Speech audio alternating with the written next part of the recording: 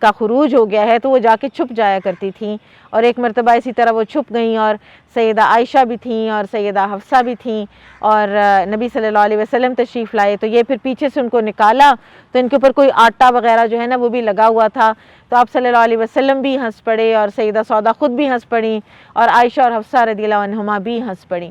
تو نبی صلی اللہ علیہ وسلم کے گھرانے کی حسن معاشرت کا بھی ہمیں یہاں سے پتہ چلتا ہے۔ پھر اسی طرح سے یہ کہ صدقہ بہت زیادہ کیا کرتی تھیں۔ نبی صلی اللہ علیہ وسلم کے وصال کے بعد عمر رضی اللہ عنہ نے ایک مرتبہ ان کو ایک تھیلی بھیجی جس کے اندر درہم تھے، تو انہوں نے کہا اس میں کیا ہے؟ تو لوگوں نے بتایا کہ عمر رضی اللہ عنہ نے آپ کے لیے تحفہ بھیجا ہے، درہم ہے، اور وہ بہت زیادہ تھے۔ تو انہوں نے کہا کہ اچھا ایسے جیسے ایک تھیلی میں کھجوریں ہوتی ہیں، اور لٹرلی کہا جاتا ہے کہ کھجوروں کی طرح ہی انہوں نے جیسے ایک ایک پکڑ کے اپنے ہیپ بنا کے اپنی مٹھی میں تو لوگوں کو انہوں نے بانٹ دیا۔ صدقہ خیرات بہت زیادہ کرتی تھیں، اور پھر یہ ہے کہ سیدہ عائشہ سے ان کو ایک خاص لگاؤ اور محبت بھی تھی۔ ہیوج ایج گیپ تھا دونوں کے درمیان، اور اس کی وجہ سے ایک اور طرح کی، کیونکہ یہ میچورٹی اور وزڈم میں بہت آگے تھیں، اور سیدہ عائشہ بھی اپنے میچورٹی اور وزڈم کے لحاظ سے کوئی کم نہیں تھیں، لیکن ایج گیپ کی وجہ سے ایک خاص فرق انسان میں پڑ جاتا ہے نا، تو ایک محبت اور لگاؤ جو ہے وہ جو سیدہ سودا کا سیدہ عائشہ کے ساتھ تھا، اس سے پتہ چلتا ہے کہ انہوں نے ہبہ کر دی تھی اپنی باری سیدہ عائشہ رضی اللہ عنہا کو، تو نبی صلی اللہ علیہ وسلم نے اور سیدہ عائشہ رضی اللہ عنہا نے اس کو بہت بخوشی قبول بھی کیا تھا۔ پھر اسی طرح سے ایک اور واقعہ سیدہ سودا کا ملتا ہے کہ وہ she was a very good cook, پکایا بہت اچھا کرتی تھیں۔ تو سیدہ عائشہ رضی اللہ عنہا کوئی اتنی اچھی کوک نہیں تھیں۔ سیدہ عائشہ کا جو مین گھر کا فیچر ہے نا وہ یہ تھا کہ صفائی بہت زیادہ رکھتی تھیں، بہت ان کی ایک ایکسٹراڈنری حد تک ان کے گھر کی صفائی ہوا کرتی تھی، لیکن she was not a good cook. تو ایک دفعہ انہوں نے کوئی چیز بنائی، کوئی حلوہ یا کوئی سالن، تو سیدہ سودا بھی تھیں، تو سیدہ عائشہ نے کہا کہ آپ بھی کھائیں، تو انہوں نے کہا کہ میں نے نہیں کھانا، تو سیدہ عائشہ نے ان کو مجبور کیا، انہوں نے نہ کھایا تو انہوں نے لے کر پلیٹ میں سے کچھ اور ان کے منہ پر زبردستی ان کے منہ میں ڈالا اور ان کے منہ پر مل دیا۔ تو نبی صلی اللہ علیہ وسلم بھی پاس تھے، تو آپ نے فرمایا کہ سودا تم بدلہ لے لو عائشہ سے، اور بعض روایات میں تو آتا ہے کہ آپ صلی اللہ علیہ وسلم نے دونوں بازو پکڑے سیدہ عائشہ کے کہ اب تم ان کے منہ پر بھی اسی طرح مل لو جیسے انہوں نے تمہارے منہ پر ملا تھا۔ تو یہ ایک انتہائی خوبصورت گلمپسز ہیں جو ہمیں سیدہ سودا رضی اللہ عنہا کے حوالے سے نبی صلی اللہ علیہ وسلم کی حیات طیبہ میں ملتے ہیں۔ نبی صلی اللہ علیہ وسلم کے وصال کے بعد جو آیت ہے سورۃ الاحزاب کی وقرن فی بیوتکن، کہ اپنے گھروں میں قرار پکڑ کے رہو، تو اس کا اطلاق سیدہ سودا اور سیدہ زینب بنت جہش حج پر بھی کیا کرتی تھیں۔ فرماتی تھیں سیدہ سودا کہ میں نے اب ایک دفعہ حج کر لیا ہے، میں اب نہیں جاؤں گی کیونکہ نبی صلی اللہ علیہ وسلم نے ہمیں منع فرمایا ہے۔ باقی امہات المومنین حج پر اس کا اطلاق نہیں کیا کرتی تھیں۔ ہم دیکھیں گے آگے کہ سیدہ عائشہ رضی اللہ عنہا نے ہر سال حج کیا ہے، تقریباً 48 سال کے لیے وہ زندہ رہی ہیں اور ہر سال حج کیا ہے، لیکن سیدہ سودا نے اس کو حج پر بھی اپلائی کیا۔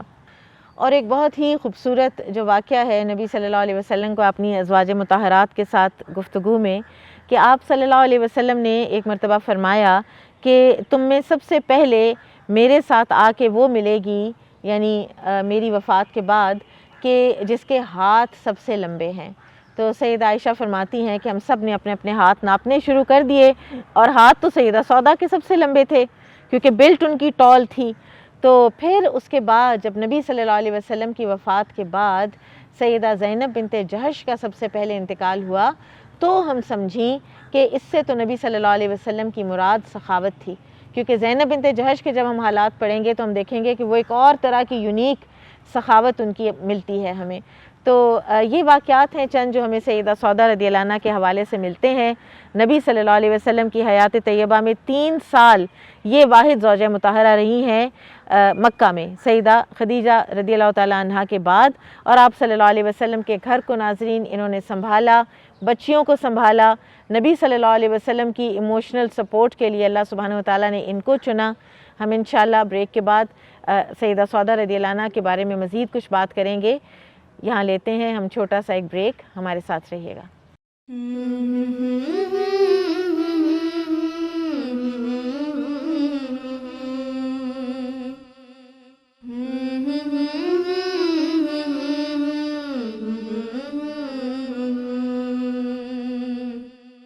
ناظرین ویلکم بیک. ہم ذکر کر رہے تھے سیدہ سودا بنت زمعہ رضی اللہ تعالی عنہا کا. اب میں چاہوں گی کہ میری ساتھی کوئی نہ کوئی ریفلیکشن دیں تاکہ ہم مزید ان کی ہستی سے کچھ سیکھ سکیں. کوئی بات کرے گا؟ جی آپا، ابھی آپ نے حضرت سودا رضی اللہ تعالی عنہا کا ذکر کیا کہ دجال کے واقعے پہ وہ کتنا ڈر جاتی تھیں، تو اس سے میں سوچ رہی تھی کہ کتنا انہوں نے اس چیز کو انڈرسٹینڈ کیا.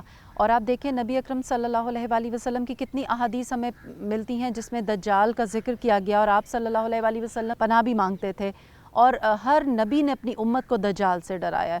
تو خیال یہ آ رہا تھا کہ ہم کیا بہت فیئرلیس ہو گئے ہیں، کیا ہمیں یقین نہیں ہے؟ تو دیکھا جائے تو ہماری ایک لا علمی ہے دجال کے بارے میں. آج بھی سوسائٹی میں اس طرح کی کنفیوژن بہت زیادہ ہے کہ اس کو انسان نہیں سمجھا جاتا، حالانکہ اگر ہم احادیث کو دیکھیں تو دجال ایک انسان ہے، اور اس کے بال جو ہیں یہاں تک بتائے گئے ہیں وہ گھنگریالے ہیں. وہ ایک آئی لینڈ پہ ہے، ایک جزیرے پہ ہے، اور اپنے وقت پہ جب اللہ کا حکم ہوگا اس کا ظہور ہوگا. اس کی ایک آنکھ جو ہے وہ پھولے ہوئے انگور کی مانند ہوگی، اور دوسری جو ہے وہ مٹی ہوئی ہوگی، یعنی وہ کانا ہوگا، اس کی چال میں بھی ڈیفیکٹ ہوگا.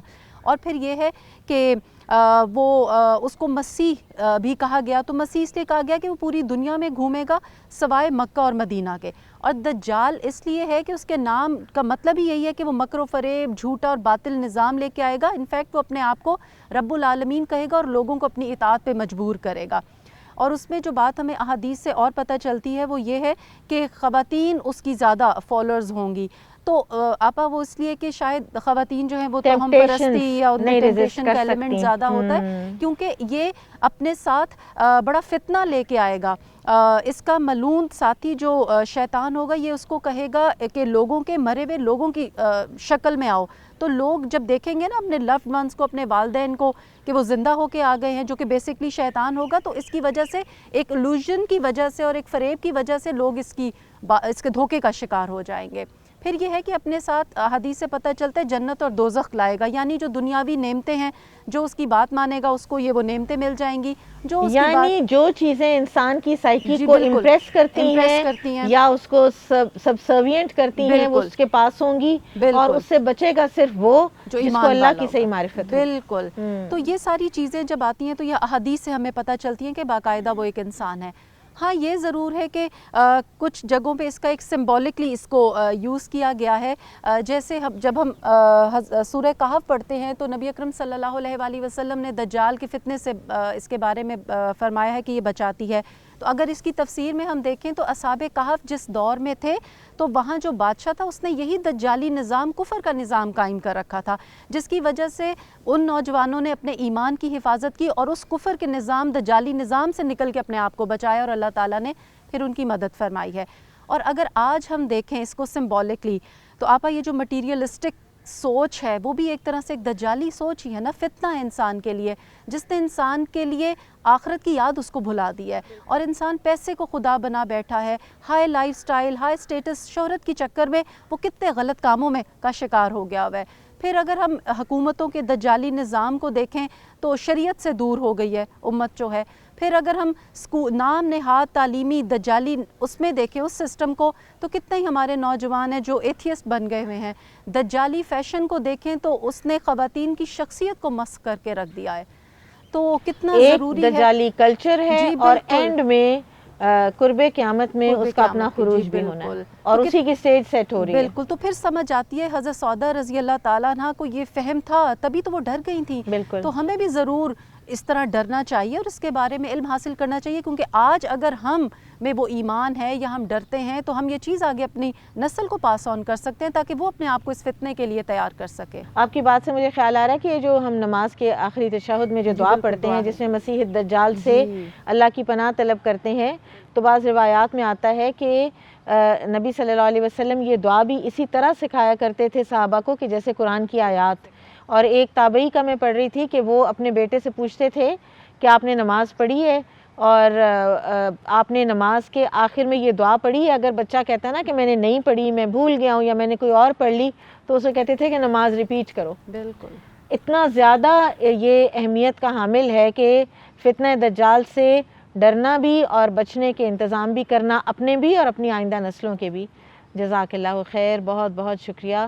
اور کوئی آپا میں بات کرنا چاہوں گی حضرت سعودہ رضی اللہ تعالیٰ عنہ کا اپنی باری ہبہ کرنا حضرت عائشہ کو، اور ساتھ ساتھ جس طرح آپ نے ذکر کیا کہ وہ صدقہ بھی بہت کرتی تھیں.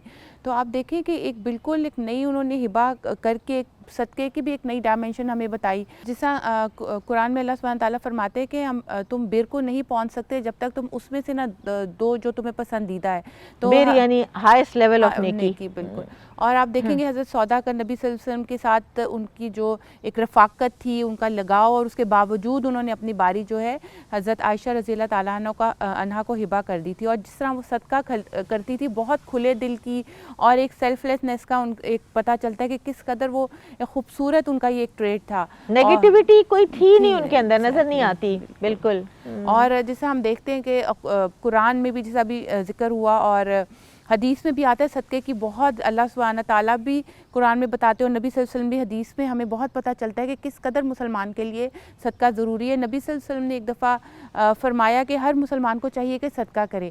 تو ارد گرد لوگوں نے پوچھا کہ اگر ہم نہ کر سکے تو نبی صلی اللہ علیہ وسلم نے فرمایا کہ کما کے اپنے آپ پر اور دوسروں پہ خرچ کرو. اور انہوں نے کہا کہ اگر ہم یہ بھی نہ کر سکیں تو آپ صلی اللہ علیہ وآلہ وسلم نے فرمایا کہ پھر تم نہ لوگوں کی مدد کر دیا کرو، ضرورت مند کی مدد. اور پھر لوگوں نے پھر پوچھا کہ اگر ہم یہ بھی نہ کر سکیں تو آپ صلی اللہ علیہ وسلم نے فرمایا کہ تم اپنے آپ کو برائی سے ہی روک لو. تو اصل میں مسئلہ یہ کہ ہمیں پتہ نہیں کہ صدقے کی کیا کیا رینج ہے. صدقہ ایک بہت وائڈ رینج ہے، اور جس طرح آتا ہے کہ پانی پلانا بھی صدقہ ہے، اور حدیث میں آتا ہے کہ مسکرانا بھی صدقہ ہے. تو ہمیں یہ چیزیں اس طرح صدقہ لگتی نہیں ہیں.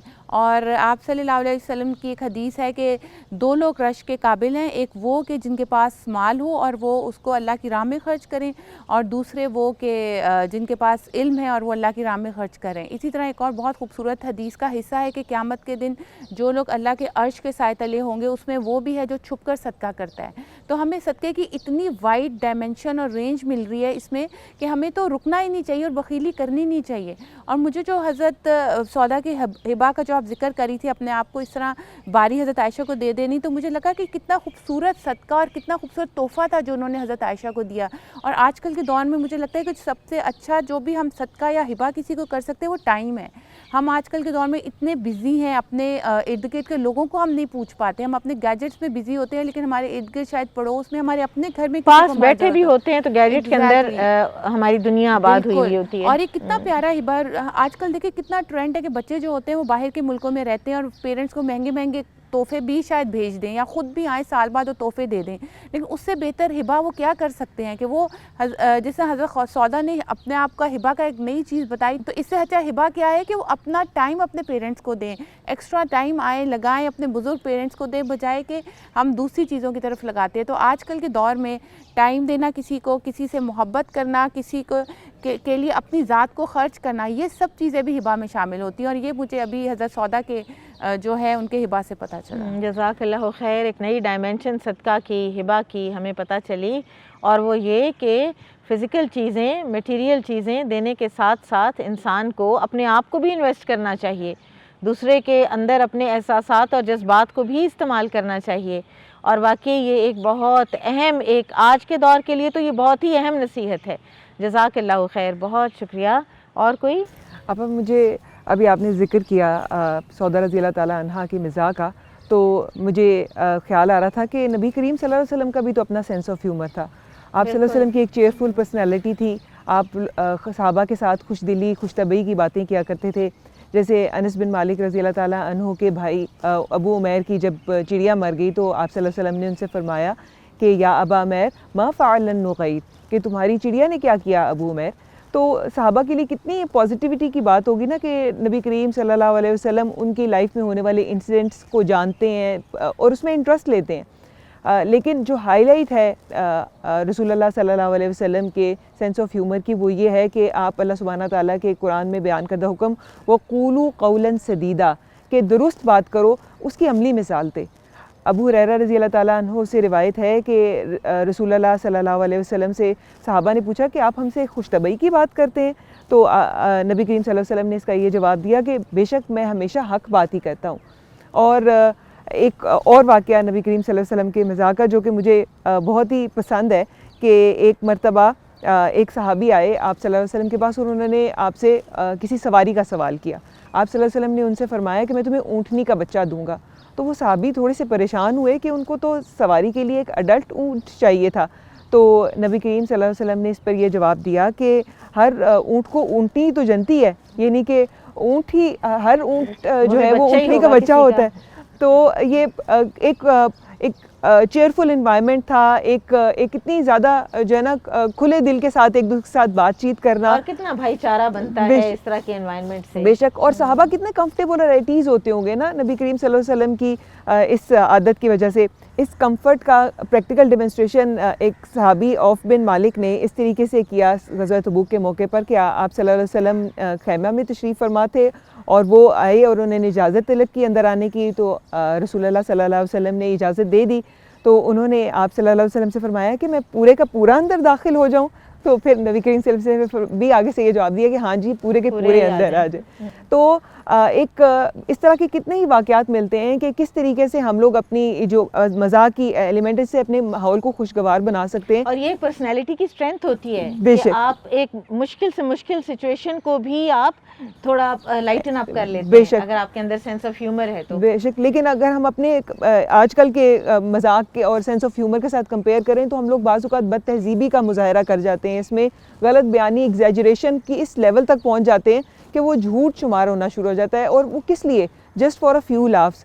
تو رسول اللہ صلی اللہ علیہ وسلم کی یہ ٹریٹ ہمیں بتاتی ہے کہ کیسے ہم سچی بات کہتے ہوئے بھی اس عادت کو اپنا سکتے ہیں. کسی کے سلپ آف ٹنگ کو اس کو لے کے تو آگے چل پڑنا, کسی کے نام کو بگاڑ دینا, کسی کی نقل اتارنا, یہ چیزیں جو ہے یہ تو مذاق اڑانے کے اس میں آ جاتی ہیں نا. تو مذاق کیا جا سکتا ہے, اڑایا نہیں جا سکتا. جزاک اللہ خیر, بہت شکریہ. ابھی تک کسی نے سیدہ سودا کے جو پازیٹیو پرسنالٹی ہے نا اس کے بارے میں کوئی ذکر نہیں کیا. جی مجھے تو اس میں یہ آ رہا تھا ذہن میں, آپ کے علم میں آپ کا وہی حصہ ہوتا ہے جو آپ کے عمل میں آ جاتا ہے. اور مجھے یہ بات اتنی میں سوچ رہی تھی کہ یہ جو پازیٹیو سائیکالوجی ہے نا اس کا بہت زیادہ تعلق آپ کے جذبات سے ہوتا ہے کہ آپ خود کیا سوچتے ہیں, آپ کا دل کیسا ہے. تو اتنی وہ مجھے ان کا پیارا دل لگ رہا تھا حضرت سودا کا کہ کتنا پازیٹیو ہوگا. جیسے آپ نے حضرت عائشہ کے بارے میں بتایا کہ ان کے ساتھ ان کا ریلیشن شپ کیا تھا, اور پھر ہم دیکھیں جس وقت میں وہ رسول اللہ صلی اللہ علیہ وآلہ وسلم کی زندگی میں تشریف لائی ہیں وہ کیسا ٹائم ہوگا. حضرت خدیجہ کا انتقال ہو گیا, بچیاں گھر پر ہیں اور گھر دیکھنے والا کوئی نہیں, اور رسول اللہ صلی اللہ علیہ وسلم کے اوپر ذمہ داری ہے تبلیغ کی, اور دشمنی ہے کہ وہ انتہا کو پہنچی جی, اور ایسا پریشر والا ماحول. اور وہاں پہ وہ اپنے ایٹیٹیوڈ سے, اپنے چیئرفل بیہیویئر سے ان کو خوش رکھتی ہیں, بچیوں کا خیال کر رہی ہیں. تو مجھے تو اتنی ایک بات بہت فیسینیٹ کر تھی کہ وہ انہوں نے تو کوئی سائیکالوجی کو نہیں پڑھا تھا, انہوں نے تو کہیں کوئی ایسی انسٹیٹیوشن سے تعلیم حاصل نہیں کی تھی, لیکن وہ اتنا بیوٹیفلی پورا ماحول کو لے کے چل رہی ہیں. آپ صلی اللہ علیہ وسلم کو اپنے ایٹیٹیوڈ سے, اپنے چلنے کے کبھی انداز سے, کبھی کسی طریقے سے ان کو خوش کر رہی ہیں ان کو. اور پھر اس کے بعد میں دیکھ رہی تھی کہ جہاں جہاں حضرت سودا کی پریزنس آتی ہے واقعات میں وہ ایک بہت ہی پلیزنٹ ماحول وہاں محسوس ہوتا ہے. بالکل. اور ایک بہت معاشرتی لحاظ سے جیسے آپس کی ایک فیملی ریلیشن شپ بہت اسٹرانگ محسوس ہوتے ہیں. تو اس میں ہمارے لیے سیکھنے کی یہ بات ہے کہ ہم اپنے گھروں میں ان پرسنالٹیز کو سننے کے بعد ان چیزوں کو امپلیمنٹ کریں, اور خاص طور پہ اپنے بچوں میں اور اپنے شوہروں کے ساتھ وہ انہیں سنائیں یہ واقعات, ان کے سامنے ان کے ساتھ یہ واقعات سنائیں, اور پھر ان کے ساتھ بھی اچھا ماحول ہم کیسے کریٹ کر سکتے ہیں اپنے اچھے لہجوں سے. کیونکہ ہم گھروں میں عموماً باہر کے پریشر سے, کبھی بچہ پڑھ نہیں رہا, کبھی باہر کا کام ہے, تو ہم کبھی چڑے ہوتے ہیں, کبھی تنگ ہوتے ہیں. سارے دن کے بعد تھکے ہارے اگر آتے ہیں تو ان کو شکایتیں. بالکل, وہ ہماری استاد ہوتی تھیں تو وہ ہمیں کہا کرتی تھی کہ وہ ہسبینڈ باہر سے پیسٹریز دیکھ کر آ رہا ہوتا, گھر آتے ان کو لہسن پیاز کی خوشبوئیں ہم سنگھا دیتے ہیں. تو وہ مجھے ان کی یہ بات ہمیشہ بہت اچھی لگتی تھی. ہمارے دین نے ہمیں یہ چیز نہیں سکھائی, ہمارے دین نے ہمیں یہ پلیزنٹ پرسنالٹی جو ہے یہ بننا سکھایا ہے تاکہ ہمارے ارد گرد کا ایک تو ماحول اچھا ہو, اور جو آگے ہم معاشرے کو جو افراد دے رہے ہیں وہ بھی پازیٹیو پازیٹیو. بہت شکریہ, جزاک اللہ خیر. ناظرین, کتنی خیر ہم سمیٹ رہے ہیں ان ہستیوں سے کہ جن کا اللہ سبحانہ و تعالیٰ نے قرآن میں تذکرہ کیا, جن کو اللہ تعالیٰ نے اپنے انبیاء کرام کی زندگی میں ایک سیلینٹ انسان بنا کے رکھا. اللہ تعالیٰ ہمیں توفیق عطا فرمائے کہ ہم ان سے اور بھی بہت کچھ سیکھیں اور اپنی نسلوں کو بھی سکھا جائیں۔ پروگرام کا وقت ختم ہوتا ہے، اجازت دیجیے۔ سبحانک اللہم و بحمدک، اشہد ان لا الہ الا انت، استغفرک و اتوب الیک۔ السلام علیکم ورحمۃ اللہ وبرکاتہ۔